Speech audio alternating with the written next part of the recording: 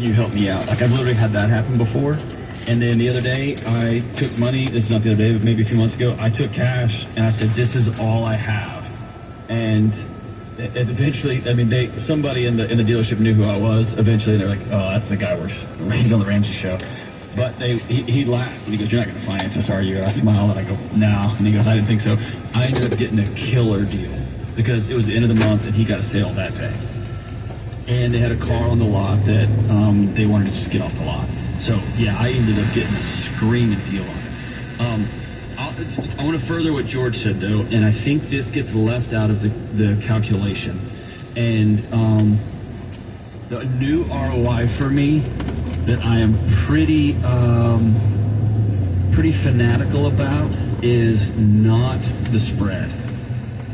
The ROI that I look for with my wife on purchases now is peace.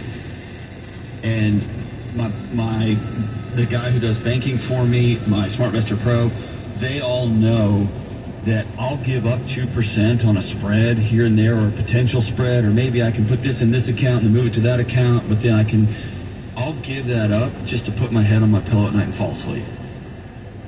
And not playing those games I can't tell you, dude, it just gives me so much like in a world of finite energy, kids, wife, government shutting down, pets' heads falling off, all the stuff, it just gives me one big thing I don't got to think about. That's my car. I own it. Nobody can take it from me.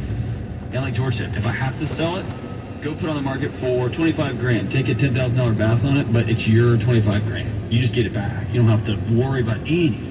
You know what I'm saying? So that to me is the calculation I think gets left out a lot from the arbitrage game. And if you came and said, hey, I can make 11% in 3 years on this, and the loan is 3%, now we're talking real dollars, and I still am not going to ever borrow money, but I would shake your hand and go, if that's what you want to do, well played. Like, it's not how me and my house are going to do it, but I get that. You're talking about a point or 2 points, maybe, right?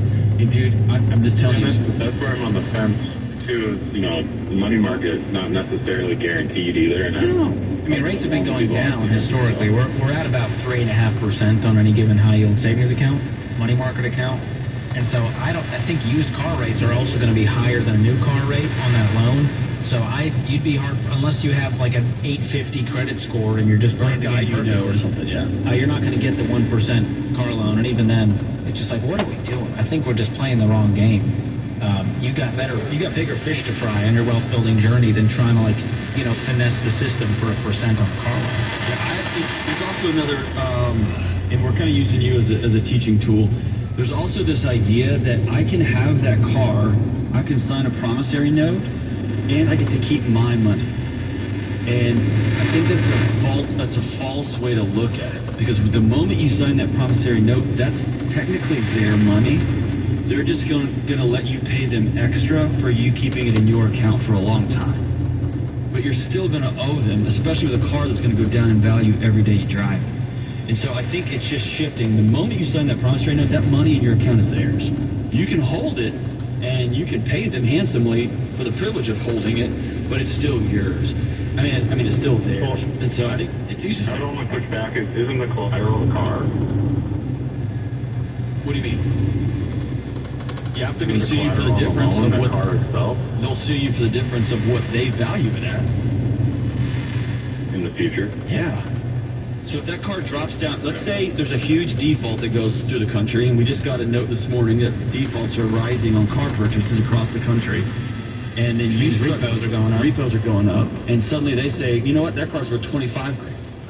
And so we're going to sue you for $15,000. What they do is they'll sell it at auction for whatever they can get for it, and then they'll come after you for the difference. And so you lose the car, and you still got to write them a check. Now that's not going to be you, Kevin. No, you make $200,000. Is this household income? Are you both working right now?